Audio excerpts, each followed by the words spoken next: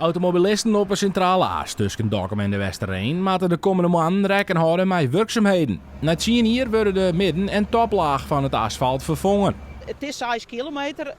Waarom nou al? Er is een dunne gereduceerde deklaag zit erop. Dat houdt in dat hij minder lood jouwt. Maar het nadeel daarvan is dat er eerder een onderhoud is.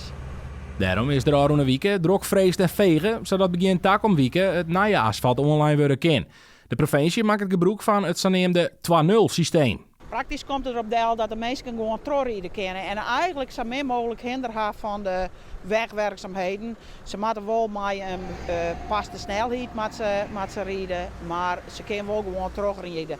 Het enigste is dat de aanslag Broeksterwaard is dicht over de hele periode. Dat had ermee te maken dat het net veilig is om in- en uitvoerend verkeer te letten. Het werk zit gepland op maandag 6 juli. Net alleen nog het asfalt in de centrale aas wordt ompakt. Er wordt de berm verstevigen en op sommige plakken wordt extra drainage geplaatst.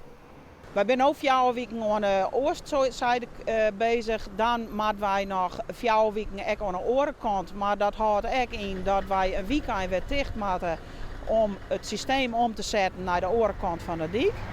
Die weekend die broeken we dan ook nog om de turborotonde hier bij Dokkum te doen. En nog een rotonde ook in de 63.